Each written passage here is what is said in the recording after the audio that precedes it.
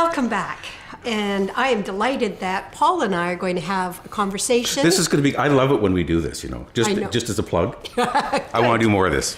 Well, it's very fun, and it seems so fitting because you started April's blog with 2 pieces on your own personal journey. Yeah. And so I think it's great to finish up the month with this blog and the next one, bringing it all together. Right. Yeah. So why don't you just kind of give us a refresh on where you started at the beginning of April? Right. Well, if you remember, the first piece that I wrote had to do with the connection between the gut and really mood disorders, but it's the way that the brain works and the way that the brain interacts with the mind and how that whole thing is set up.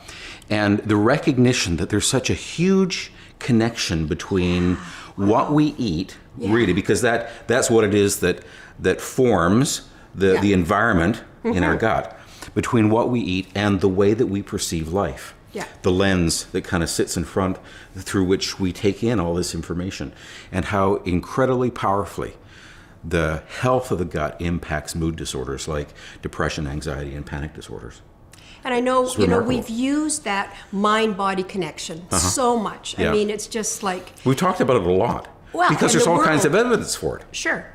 But I certainly had not deeply felt into literally the environment, the bacteria, the good, whatever is down there, as directly Yeah. linking In such a to tangible way. Yeah, that's what I mean. Yeah, in such a tangible way. And the fact that we can make a difference Yeah, really by modifying the way that we feed ourselves. yeah.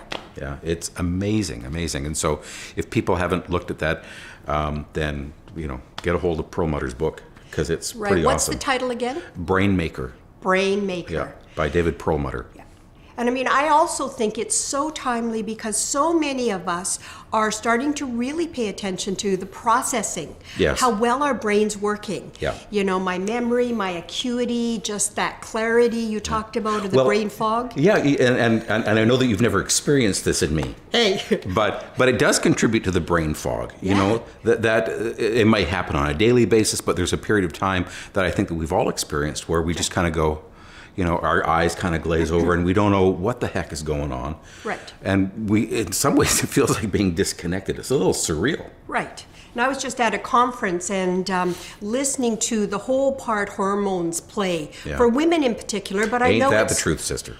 Hey, I know it's true for men as well, but there's that very clear connection to the hormonal and the emotional and the brain functioning. Yes. So we're really seeing the interconnection of all these pieces. Yeah. Yeah. All right, so today I think one of the things we wanted to share is a really powerful conversation that we had earlier about moving from the mood disorders and, depression, anxiety, phobias, and so on, and the shame that I think gets connected to having any kind of less than optimal emotional well-being. Yeah. If I could put it Sure. that way, sort of Absolutely. politically correct. Yeah. Yeah. And it's powerful. Yeah. When you recognize the connection and, when you trace that back to its origins, your eyes kind of open wide up, and it's almost unbelievable how pervasive that can be. Yeah, and I've been rereading Brené Brown's book, Daring Greatly, and the link, between where we feel vulnerable and our vulnerability, she frames it as our humanness, our vulnerability and our humanness, but the early layering of shame on that sense of who we are. And I think that's where our conversation really took off in terms of you taking a look at how far back the shame went for you. And for me, it goes all the way back into childhood. Yeah. Into early childhood. And it's as you and I have been talking, it's amazing to me the way that those experiences really tend to flavor or infect. I think in our conversation I used the illustration of yeast, how it infects the whole loaf, and just a little bit of yeast is going to infect everything. Right. And it seems, at least in my experience, Right. that it had a really extensive and pervasive nature to it, to the point where I could feel shameful about anything.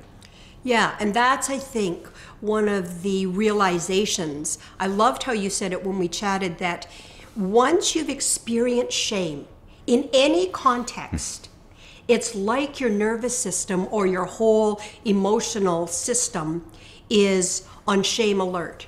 It's really sensitive to any other kind of shaming in any other context. Yeah. It doesn't have to be related. It doesn't No. stay, as you say, contained. It's not confined to one thing. No. It becomes something that affects everything across the board. Right. At least in my experience, and I can't speak for everyone, but in my experience, that's been true. Yeah, and so I think in this two-part series of conversation that we're going to have, today we wanted to really invite people to start to think about, where are you vulnerable to shame? And we also talked about the difference between guilt Yeah. and shame, because for a lot of people, they kind of work together like a duo, and yet They're quite different. they are, Paul. They're quite different. Yeah. You know, I think one of the things that we identified is that, you know, to a large degree, guilt is external. We're made to feel guilty, but shame can be so internal. Yeah. And I think some people do guilt themselves for sure. Yeah. But what I notice more often with guilt, as you say, when somebody else tries to guilt you, there's the boomerang effect where it's just like we push back. Like, don't you dare guilt me. Don't lay that on me, you know. yeah. I'm not buying that. I'm not like Not taking that on. that's right. And I think that's a healthy pushback, because we sense that something is being used against us, if you like, or laid on us, or however you want to put it, Yeah. that we don't like. Right. And I think more people are better at pushing back and saying, whoa, stop. I'm not buying that. I'm not stepping into that. Now, I'm not so sure. I think when we guilt ourselves, I think that's where we move actually into shame.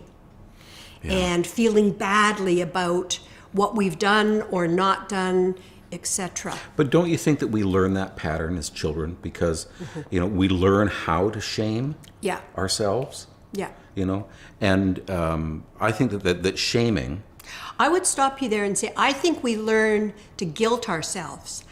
I think shame is something like the second you're in water, you're wet.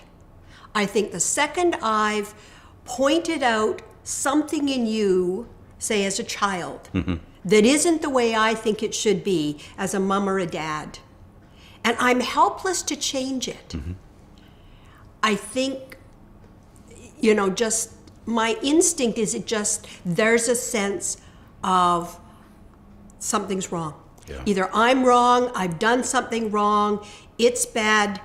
I don't think we have to learn that much. I think it just, you know, it's almost like blushing. You see children suddenly freeze and feel, yeah.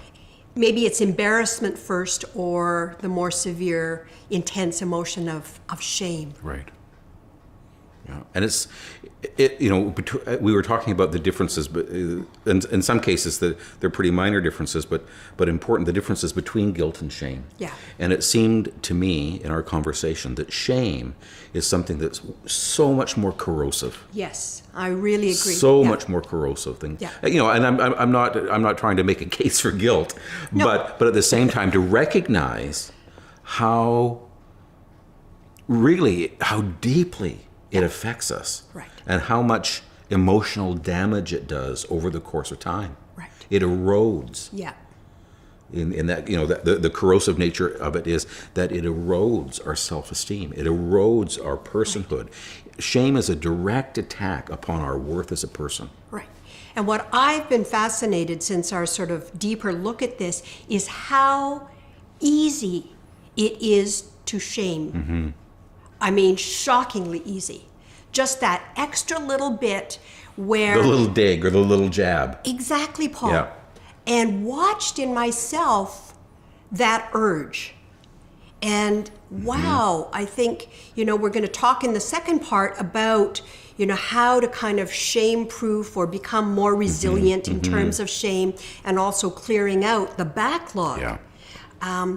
But boy, the first step, I think, is recognizing, where do I have areas of sensitivity, vulnerability? Yeah.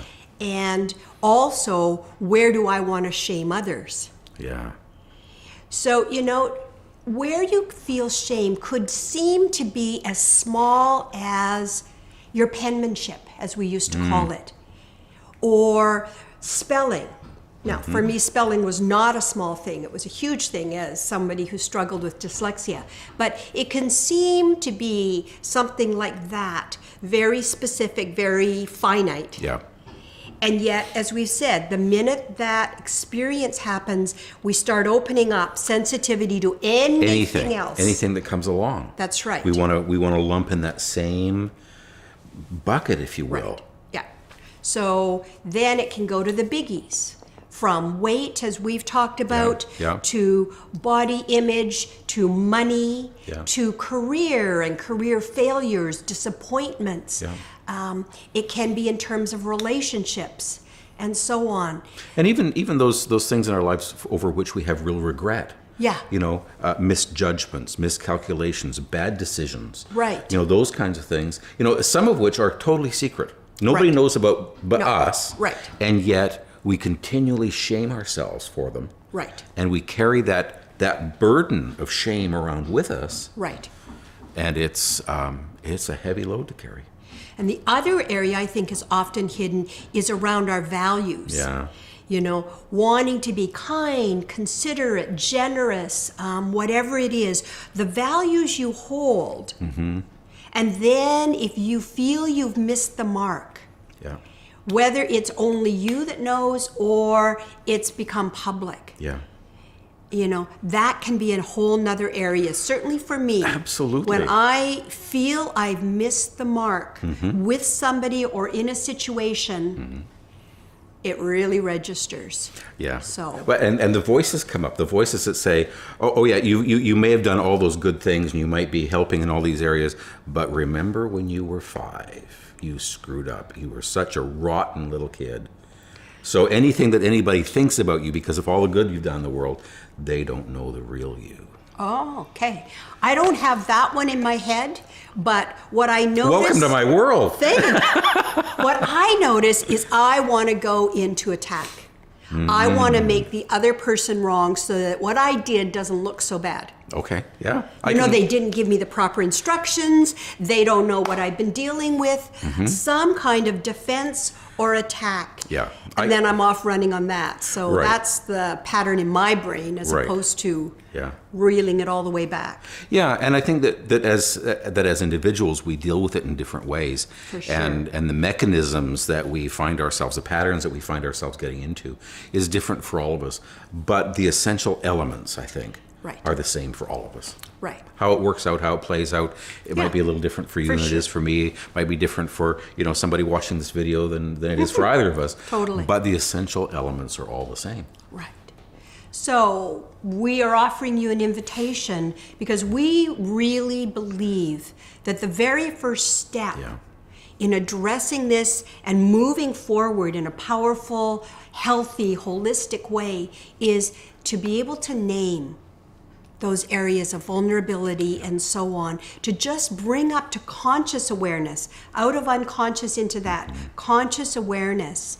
And then next week, what we'll be talking about is what are some strategies to address when you feel shame, and to do it in a more healthy, a more engaging way so you don't separate or distance yourself from life or from people that matter. Yes. And also, what do you do when there's a backlog, which means you're almost constantly triggered? That's just brutal because you're struggling with it kind of on an ongoing basis. Yeah, and it can be it's the simplest thing. Yeah. The simplest, most inconsequential, insignificant. That nobody else would ever know. Nobody else would ever know, and frankly, nobody else would ever care. Yeah.